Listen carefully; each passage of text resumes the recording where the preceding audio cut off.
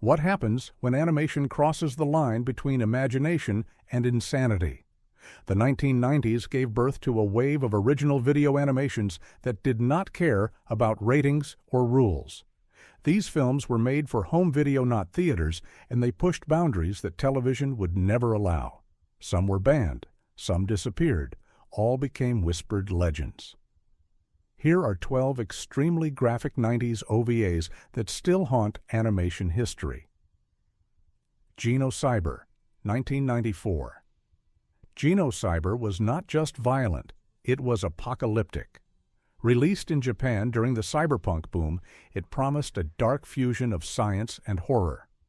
The story followed a monstrous psychic weapon born from two sisters whose minds fused into a being of godlike power. Cities burned, soldiers melted, humanity crumbled beneath its rage.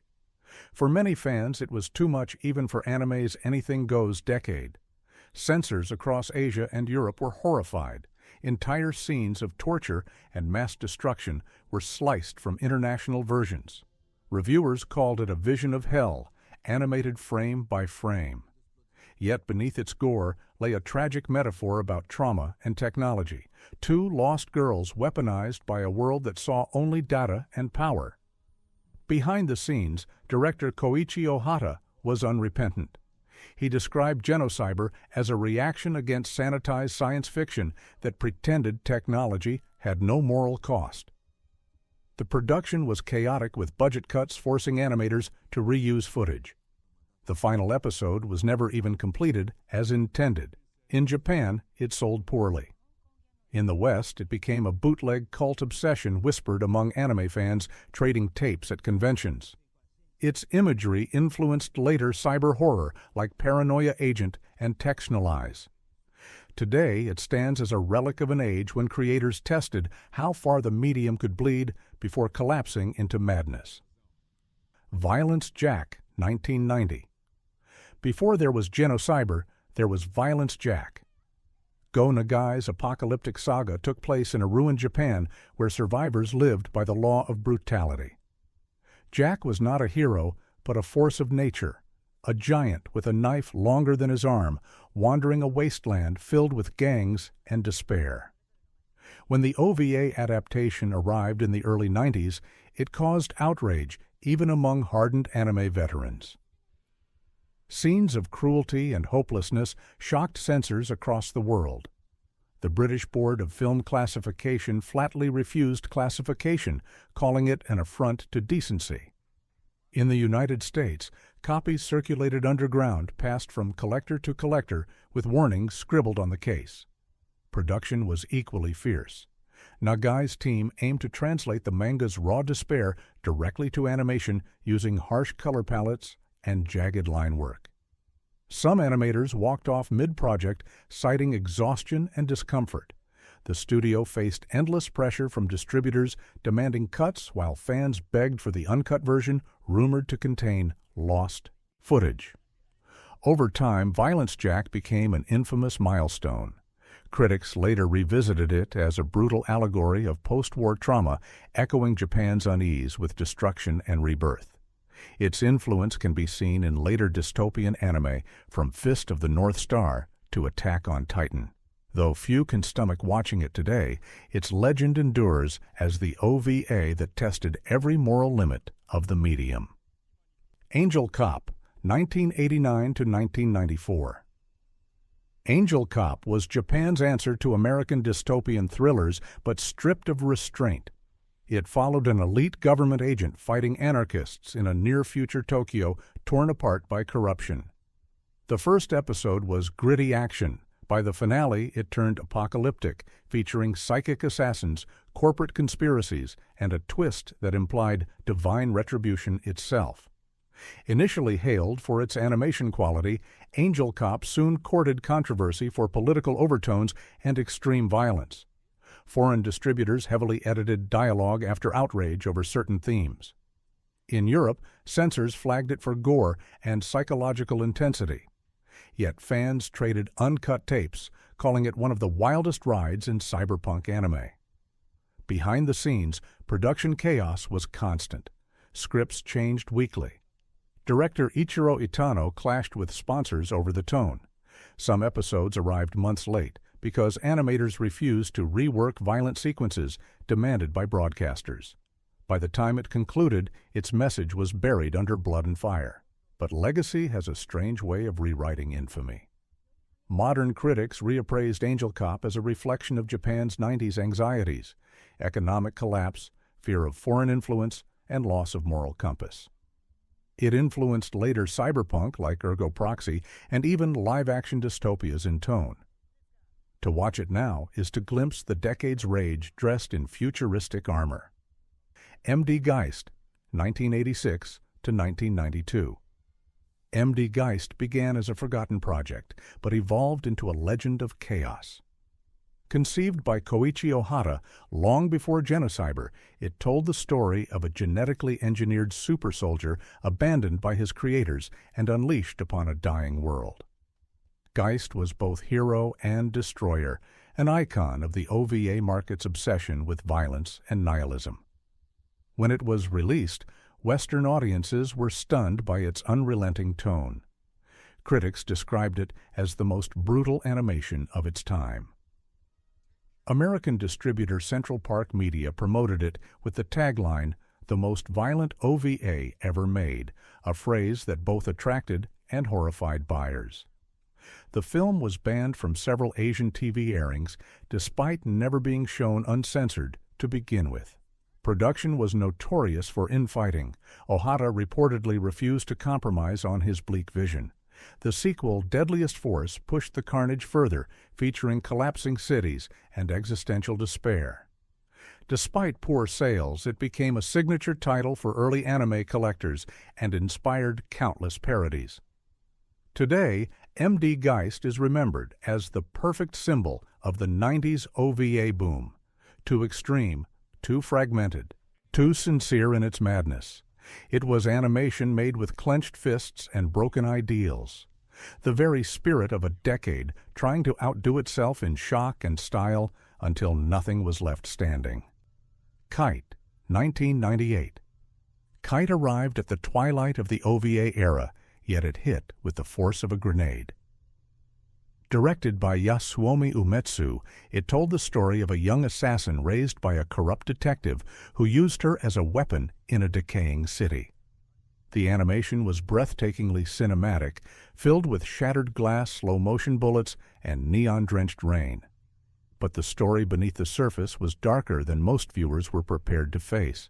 In Japan, it slipped quietly onto video shelves, but in the West, it exploded into controversy. Distributors marketed it as action-packed, while critics called it disturbing. Versions circulated with missing footage, entire sequences removed after international boards, flagged the brutality as beyond acceptable limits. In the United States, customs agents confiscated shipments and stores pulled it from shelves. Fans whispered about a mysterious uncut version that only existed in limited import runs. Behind the scenes, Umetsu fought to finish the project his way. The studio ran out of money halfway through production, forcing him to personally finance the final scenes.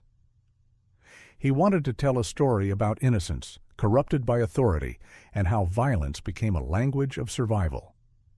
The result was poetic and nightmarish. An OVA that felt like a fever dream of guilt and revenge. When it resurfaced years later, critics reevaluated it as one of the most visually stunning independent animations of the 90s. The fluid motion and intense camera work influenced later anime filmmakers and even Western directors who cited it as inspiration for action choreography. Today, Kite stands as both masterpiece and warning. It proved that animation could confront human cruelty without apology, but also that such ambition could destroy its own creator. Mezzo Forte, 1998. Yasuomi Umetsu returned again with Mezzo Forte, determined to outdo Kite in style and spectacle. Set in a near-future Tokyo, it followed Mikura, a fearless gun-for-hire, working for a mercenary team known as Danger Service Agency. The film mixed humor and ultraviolence, blending sleek animation with an almost cinematic pacing that made it feel like an R-rated blockbuster compressed into 1 hour. At first glance, it was a pulpy action piece filled with car chases and futuristic gadgets. But beneath the neon explosions was a story about betrayal and blurred morality. The characters were trapped in cycles of revenge and loyalty where every choice came with blood. Censors across the globe panicked once again. In Britain and Australia, versions were heavily trimmed. In America, DVDs carried warning labels larger than their titles. Importers struggled to keep up with demand from collectors hunting the rare uncut editions. Production was smoother than Kite, yet no less intense. Umetsu reused parts of his own animation studio and relied on a skeleton crew to complete the project. He described Mezzo Forte as his attempt to prove that independent anime could rival Hollywood action. The violence was stylized, the motion hyper-real, and the sound design explosive. Years later, it found redemption when critics praised its craftsmanship. It became a cult hit on DVD and inspired a spin-off TV series simply titled Mezzo that softened the edges but kept the tone of chaotic heroism. Today, the original OVA remains legendary for its raw energy and refusal to compromise. It captured a moment when Japanese animation dared to look like cinema and bleed like real life. Wicked City, 1987, but revived on video throughout the 90s. Though produced earlier, Wicked City became an icon of the 90s OVA underground after its shocking VHS revival. Directed by Yoshiaki Kawajiri and based on Hideyuki Kikuchi's novel, it told of a fragile peace between humans and demons, maintained by secret agents working in the shadows of Tokyo. When a peace treaty is threatened, a human agent and his supernatural partner must face horrors lurking beneath the city's bright lights. From its first scene, Wicked City felt dangerous. The art style was sleek and nocturnal, dripping with atmosphere and menace.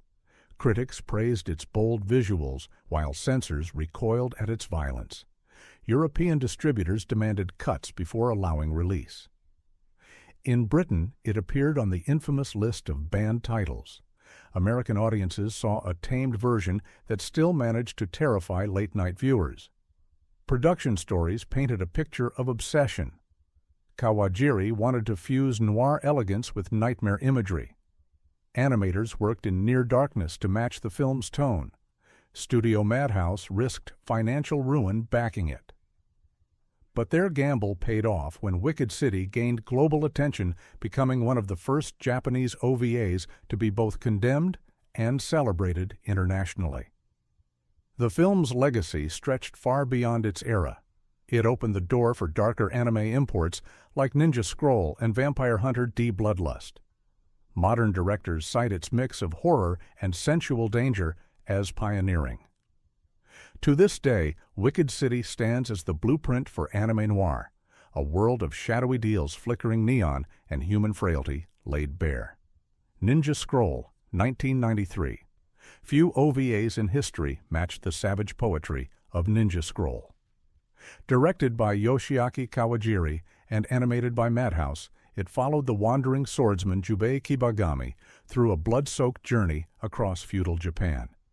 Each battle was a painting of violence and grace, where warriors mutated into monsters and blades sliced through both flesh and destiny.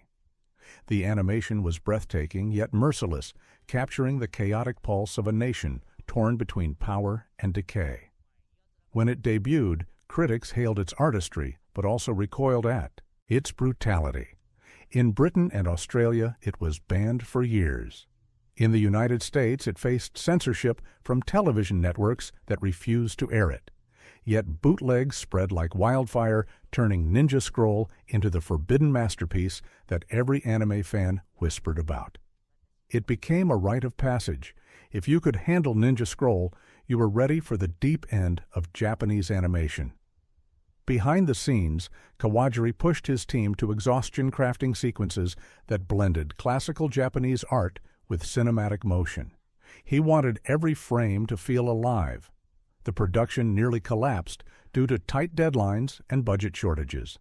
Some animators were hospitalized from overwork, but the result was legendary. Even critics who despised its violence admitted it moved with the rhythm of a dream. As the years passed, Ninja Scroll found redemption. It became one of the few OVAs to reach mainstream audiences, inspiring creators from Quentin Tarantino to the Wachowskis. Its DNA runs through everything from Samurai Champloo to Afro Samurai. It was brutal, it was beautiful, and it reminded the world that animation could wield the sword of tragedy with the precision of poetry. Bastard, 1992.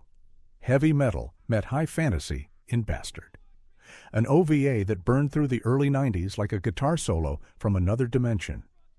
Based on Kazushi Hagiwara's manga, it told the tale of Dark Schneider, an immortal sorcerer resurrected to defend the kingdom of Meta Lacana.